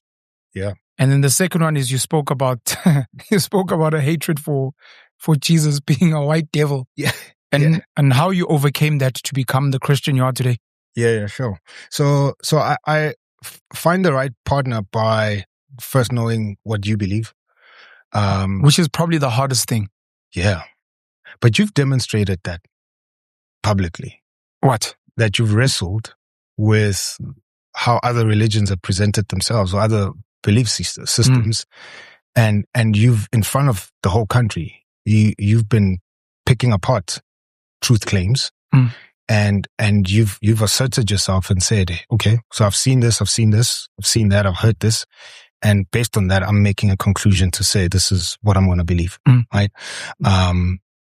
Which I would love to have a conversation about. Sure. Cause I was like, man, that's like another fascinating thing about sure. it. But the thing that you've demonstrated to us is how most people are not honest with themselves. I call Kanye, and now I've labeled you that as well. You guys are honest sinners. And we need more honest sinners that you will come face to face with who you are and say, okay, cool. If you know, there's a Christian God, or there is a God that says he rules the world, you know, he's going to judge people, blah, blah, blah. Let me stand on that day, having all my ducks in a row. Let me stand having said, yeah, I critically thought about this. I made a decision based on, you know, the data that I've collected on certain topics or choices that I need to make. And most people, they don't want to do that, you know. So I think many people need to do that and say, okay, my grandmother might have believed this, or I've heard this other person say this. Cool. What do I believe? And let me take that and critically look at it. You'll hear people throw statements like, I've studied all the world religions. I'm like, come on, bro. Like you probably at best just you know, like straw manning some people's arguments based on what you've heard on the internet. But if you're gonna do diligent study of different religions, do that. That's why to your earlier question, I'm not worried that people will see us together. Sure. Man, I'm like, if I'm going to question penalism, let me sit with the God. Sure. Right? Sure. Right? Let me sit with you. Let's talk. I don't wanna stand on the fringes and then straw man you. Yeah. But let me still man your beliefs. Sure. Right? And I would even argue that that's what the Christian God does. You know, he calls us in Isaiah. So come reason with me. And he's not like pacing around the throne room of heaven, freaking out that people are asking him questions, but instead he's inviting that. I don't think God would give us a brain and then turn around and say, oh, the brain of yours is too big. Yes. And you're asking serious questions. Yes. You know, I'm like, that's the whole closing chapter of the book of Job. Chapters, in fact, where God is like, we've spoken and let me answer. Sure. So anyway, so I think more guys need to do that, bro. Find yourself, do introspection, figure out who you are and what you stand for. What you believe, right? Because all of us have a worldview. It's just some of us don't own our worldviews. 100%. Right? But we live it though. You see it. You see it. You see people living it. Yes. But they claim that there's something else. Something else. Yeah. That stuff frustrates me to no end. 100%, bro. Yeah. That's why, again, you'll get a country like ours, 85% of people profess to be Christians. Yes. And then you look at their finances, their relationships, their sex life, how they raise their kids, and you're like, there's nothing Christian. There's nothing Christian about that. Nothing like, Christian here. What are we doing, right? I'm glad you're saying it so they can cancel you. Because, they canceled me a while back. Let's talk. And in fact, I'm trying to help you because that same Christian God that you claim says that one day when people come to him and say, Lord, we did things in your name, he'll say, get away from me. I never knew you. Sure. Because you claimed to live for me, but you actually went with me. Right? So sure. I'm like, if you feel judged, I'm trying to help you now before he returns, right? So there's a lot of people who claim, something else, but they actually don't believe it. So wrestle with your worldview, own it. Once you own it, look for somebody else who believes the same thing. Sure. For me, that will be it becomes much easier thereafter. So much easier. Before how they look, I think physical attraction is a big thing. You know, it's a very distracting thing. In what sense? It throws you off a lot of things. So that cup, looks nice. Yes, I just want to drink. Yeah, and you're like, but have you interrogated? If you like drinking stuff, what cups like that are about? Do you? Yes. But I would even say you might not be distracted if you own your worldview. Yes. Because that's what you. Yes. That's your your radar. That's your compass. Your compass. That's the thing you're looking for. So, but until you know yourself, bro, the aesthetics. Yeah, they'll definitely throw you off. Oh boy, they'll definitely throw you off, right? So I'm like, guys need to know what they believe about the world, what they believe about God, whether you think he exists or he doesn't. Sure, it doesn't matter. But have a standpoint. Have a standpoint. Yeah. Have a standpoint about what you believe the purpose of humanity is. Like unless you think we just came from nowhere and going nowhere, that's fine. It's still a standpoint that you have. Sure. But overall, many people would believe that there's a purpose for why we're here. Sure. What's your understanding of that, right? Find what you believe about those big things and then look for people who also espouse those same values, those same principles, have those same beliefs. And then I think secondary, then, think about that physical attraction because I think we all have a preference. I don't think that we just. And it's not necessarily a bad thing. It's not at all. Yeah. My wife is a beautiful dark-skinned chocolate woman. Come on. If she wasn't that, which is my preference, I'd probably struggle. And so that's why I'm like, don't tempt yourself. I know who I am. Right. And so I'm like, that's why I always tell people if you see me with a yellow bone somewhere, that's probably don't be worried. But if you see me with a woman who looks like my wife, you must be like, go home, bro. Hey, what's happening? Go home, bro. Right? Yeah, because we know your preference. Sure. Right. So, and loving my wife keeps me from, again, looking elsewhere. Just practically speaking, I love her and I'm attracted to her, but that's secondary to what she believes, how she sees the world, etc., etc. So I think guys, if they can figure that stuff out, bro, that will be super helpful. I'm having a light bulb moment as you're speaking. I just can't express it because it's highly controversial. How did this JC Jesus chap eventually win you over from your darkness of I hate black consciousness hip-hop? I hate when you do that. No, I'll tell you off camera. I can't say it on camera. Okay, fine. Yeah. Which, maybe this is beautiful that we're closing that way because we opened the loop about my name. So finish after you didn't comedy, close the Nubon. Thank you. Yeah, all of that. And so then after my comedy stint, in fact, during that comedy stint, that's when Jesus finds me. Right. And I use that phrase deliberately. I don't find him. Because if I'm born in iniquity, in sin, I'm never looking for him, ever. And in fact, that's what the Bible tells me, that none of us look for him at all. But all of us want to assert ourselves and become gods in our life. And so he finds me in my rebellion, in wanting to run away, etc., etc. So then he finds me, and then, calls me to do what any king does, calls you to surrender, because he sets the agenda. And so then when I surrender my life to him, I then start wrestling with who he is, how I've understood him. And again, I had said that he calls you to a personal relationship, but through my own experiences, I had personalized him based on my preferences, based on what seemed good for me. So if I'm espousing a, godless hip-hop worldview, my blackness champions, in fact, dominates everything about me, and that's what I want, then obviously a Jesus who comes to trump all of that becomes an enemy to that, and so this Jesus then comes and reveals himself, and shows me who he is. Through study, again, stuff does happen in my heart. So there is like a miraculous thing that happens, but I think there's a part of the Christian conversion that has been underplayed, and that's just the intellectual rigor of studying God at his word and who he presents himself to be. And he really says, employ your mind in doing so. He doesn't call us to a blind faith, but he calls us to an informed faith. And so I, probably for like 2-3 years, just get challenged in that regard. And then I say, if I have to believe this, well, I have to again own it, So let me study the other stuff. Let me see what he says. Because by definition, anything that claims to be truth calls us to poke holes at it, So if you... Ideally. Yes. Like science. Yes. Yes. So if you say you're rich, that statement alone says I must investigate that. Yeah. You being rich. Okay, cool. So I need to. So by definition, if he says he's the way, the truth, and the life, he's calling me to poke holes at his claims, and then I need to see those claims stand true, right?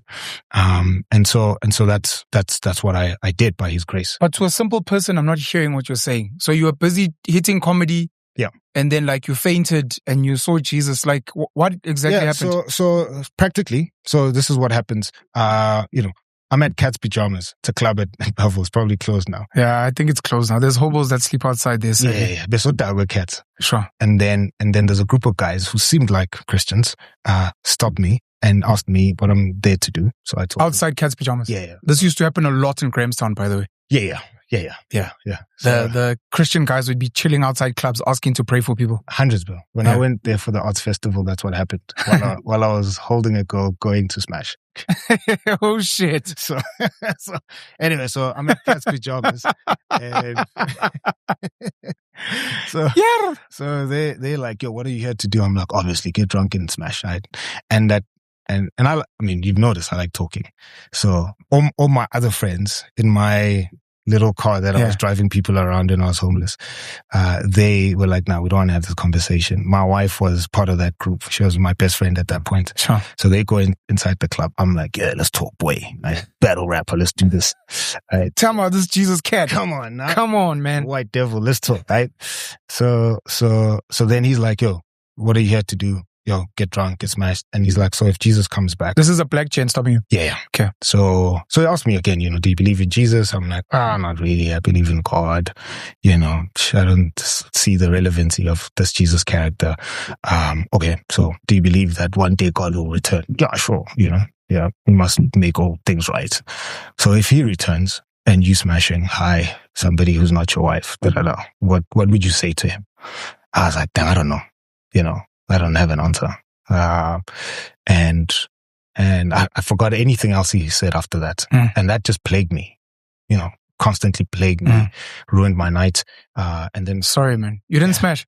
Nah, I didn't, bro. Fuck's sakes. But I drove that Cat's Pajamas dude, man. That guy was brought in to come and ruin our lives. I drove very drunk and nearly died that night. So that plagued me until a friend of mine gave me a hard drive full of sermons.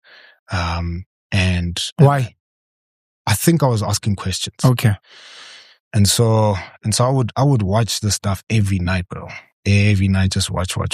Eventually, I just got my answer.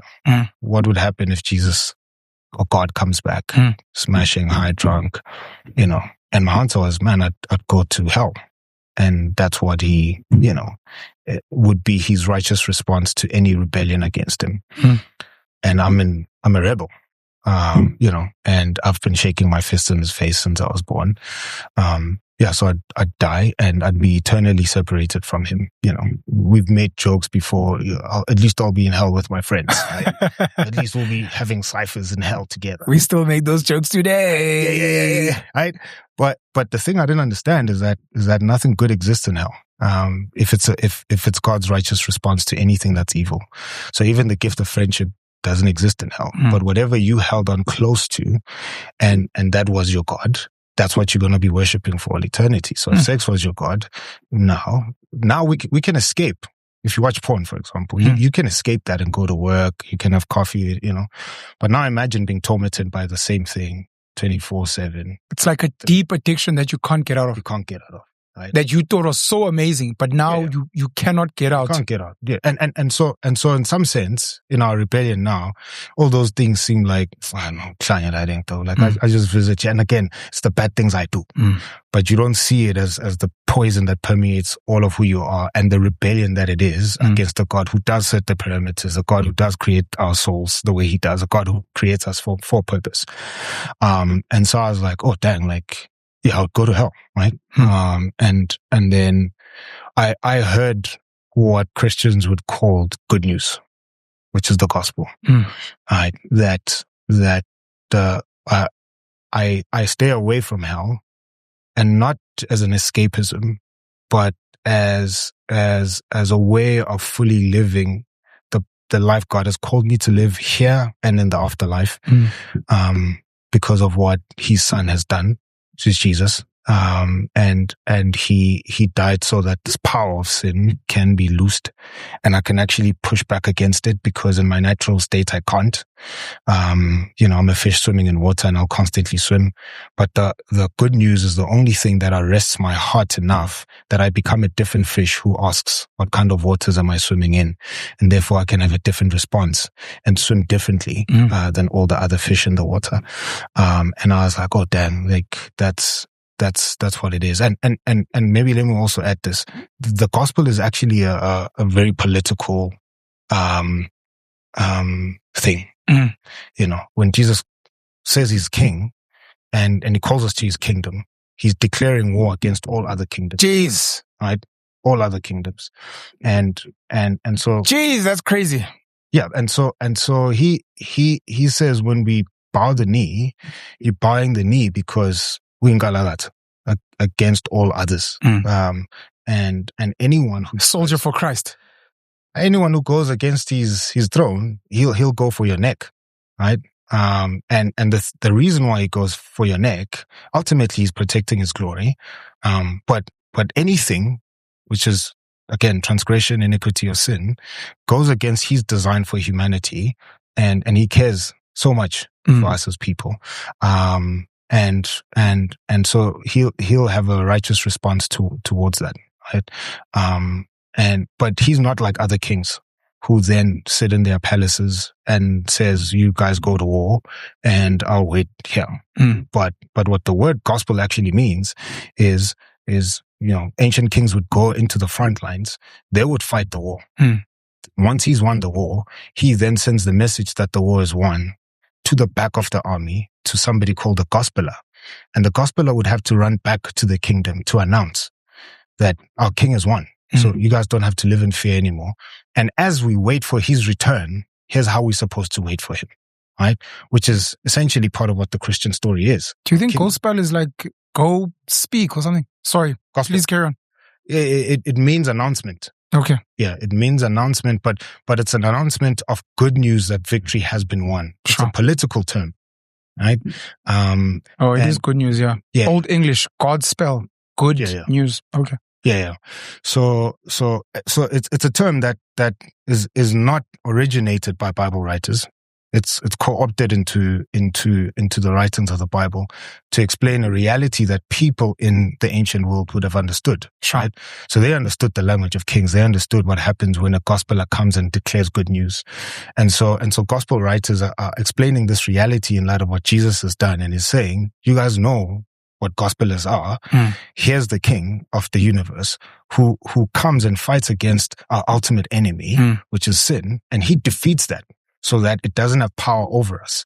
And here's how we wait for his return, because ancient kings would have to wait for them to come back into the kingdom, and then we'll live happily ever after, celebrate, etc. with them.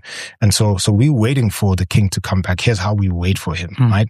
And as we wait, that's why we tell the good news to others, to say, hey, listen, we at war. The world is broken. Things are falling apart, families, marriages, etc., etc. But there's a king who's won this war for us, right? And here's how we wait for him. And if you want to live in his kingdom, man, you're welcome to live in his kingdom. Can I ask a controversial question? Yeah, sure. It's just a yes or no. Okay. That's unfair.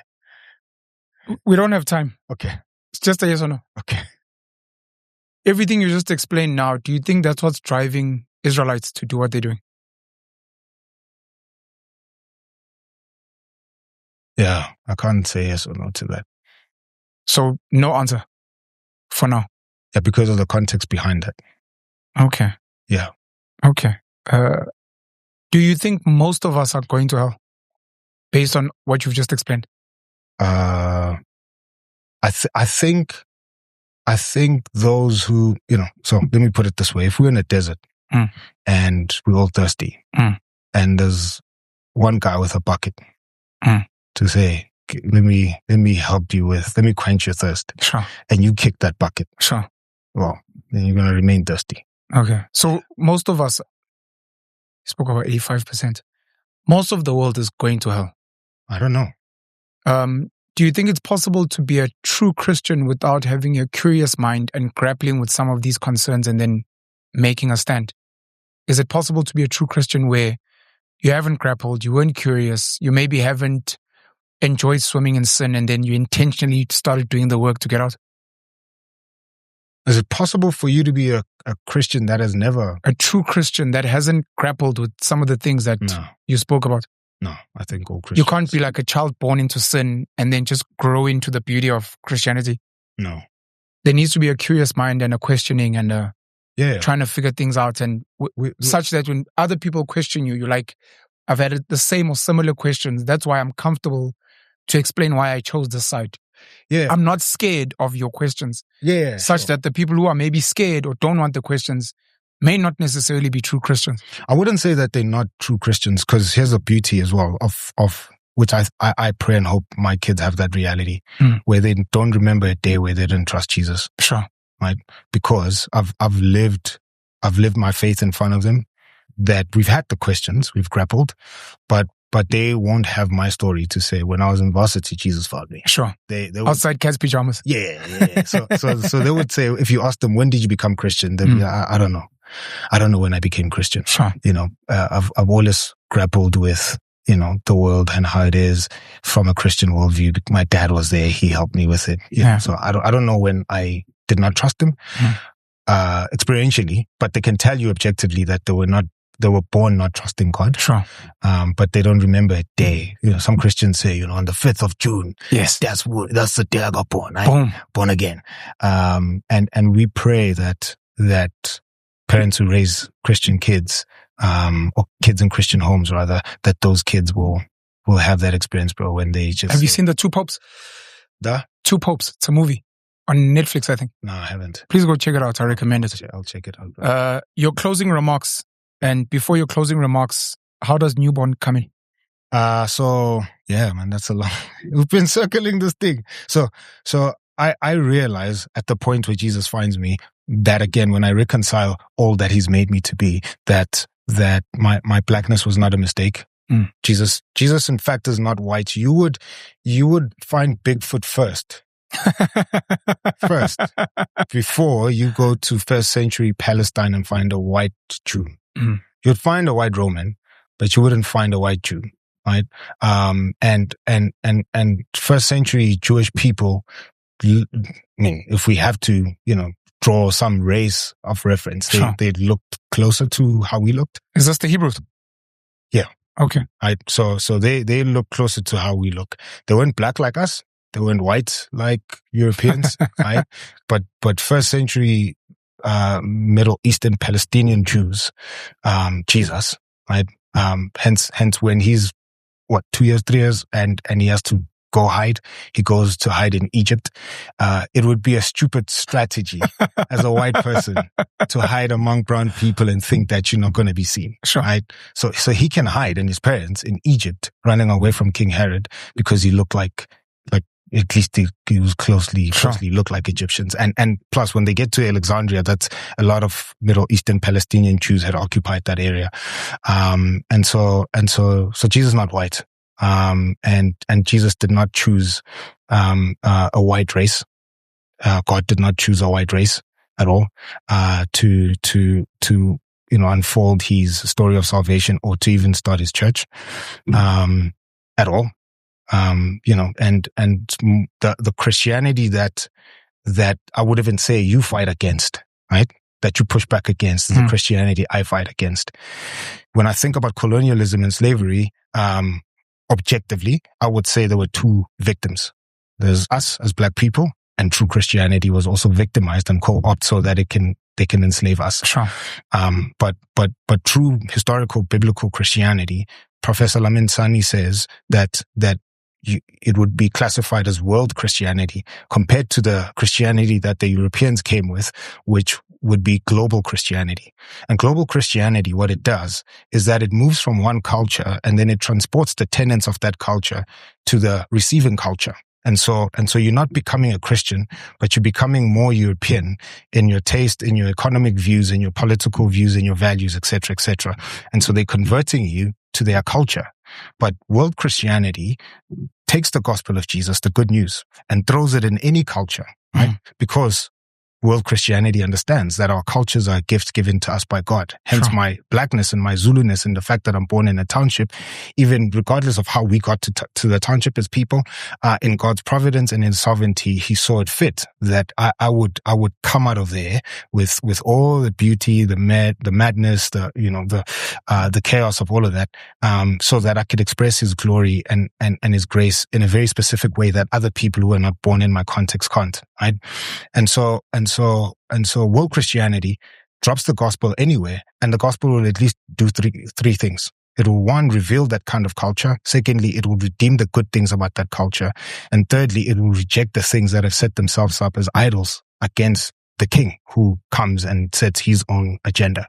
And so what Christianity did, and when I got found by the biblical Jesus, he revealed what kind of culture I find myself in. And so I became more Zulu in other ways. I became more township in other ways. I became more of an artist in other ways, because he revealed what kind of waters I swim in.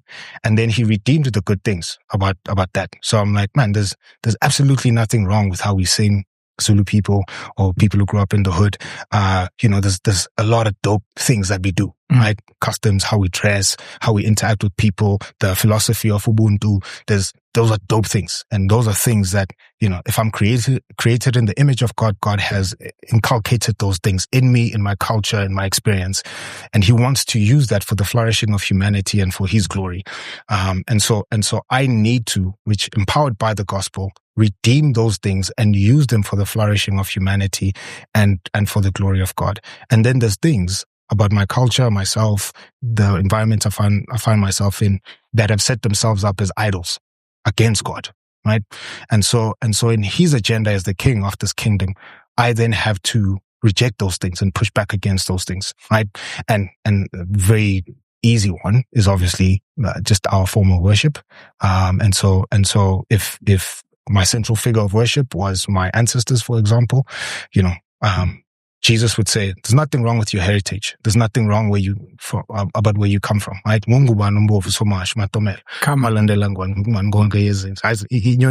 Right? And that's who I am. And that tells me of my history and the kind of Zulus who are resilient in living throughout decades so that I can become the kind of Zulu that I am now and exist where I exist. And so Jesus will champion all of that and say, how do you use all of that then for my glory? The thing that will set itself up against who he is, if he claims that he's the only way to God, but my ethnic traditional culture will say, well, there's another way to God, that king will say no. And if I surrender to him, then I have to surrender to his way of how we get to the ultimate God. And then I'd have to reject that part of my being Umzulu. But there's many things, like my surname and my clan names, Itagazelozam, which are beautiful. I mean, Jesus himself has a genealogy. The Gospel of Matthew opens with his genealogy, and we can trace where he comes from, and we can see the makeup, the things that built him up in his humanity, right? Because another distinctive thing about the God of the Bible is that Jesus is 100% human, but also 100% God. Oh, Hercules. Far from it. Achilles. There's this fancy theological term called the hypostatic union, and it describes how these two natures can fully exist in Jesus. Not 50%. Hercules was actually 50%, and 50%. That he'd be called a demigod. Jesus is called God fully. Right? He's not just the Son of God, but he's God fully. And again, mystery of the Trinity, we can get into that. But the hypostatic union gives us at least some form of explanation on how these two natures can fully exist in him.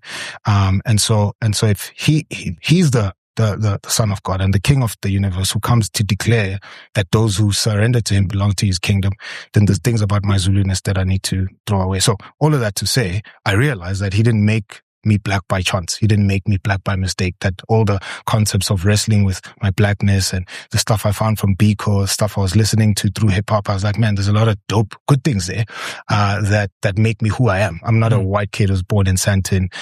My surname is not Johnson and whatever else, but I am who God has called me to be.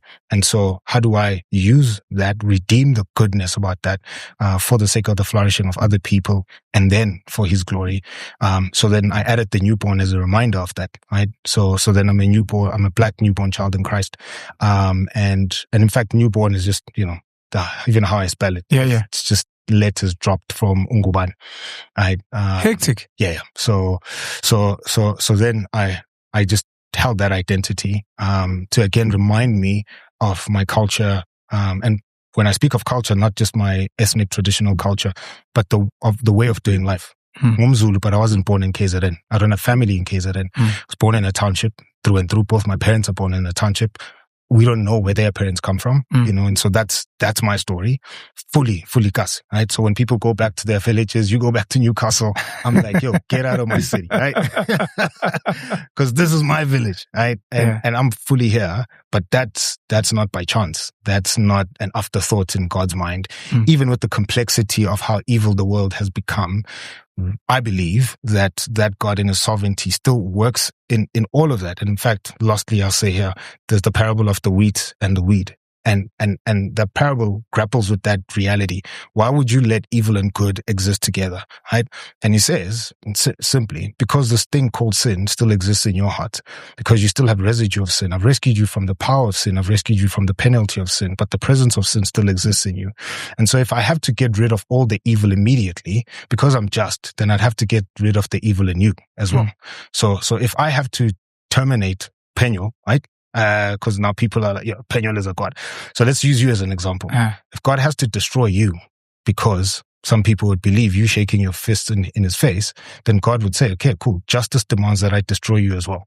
Because whatever you're saying is causing Peñol to shake his fist in my face is the very thing that exists in you. Every time I would lie to my wife, every time I would, be dishonest somewhere, or every time I fail in some regard, that same sin that exists in you exists in me. And so in his justice, he'd have to kill both of us at the same time. Sure. But then he says there's this thing called sanctification, meaning that I'm cleansing you slowly. It will seem like those who are rebelling against me are growing more and more, but that's what happens with wheat and weed. They seem like they're growing together, but he says there's a time when the wheat will be strong enough that he can then pull out the weed and then burn that, right? And then we ask, when is that time? And he says, well, that's not for you to know, right? You have to be in the world like everybody else. And then that kills the us and them mentality in me, right? So if I knew when that time was going to come, best believe there's a level of arrogance and an air of arrogance I would breathe over you, right? Jeez. But I don't know that. So I see, Vali, we're out of time. Yeah, sure.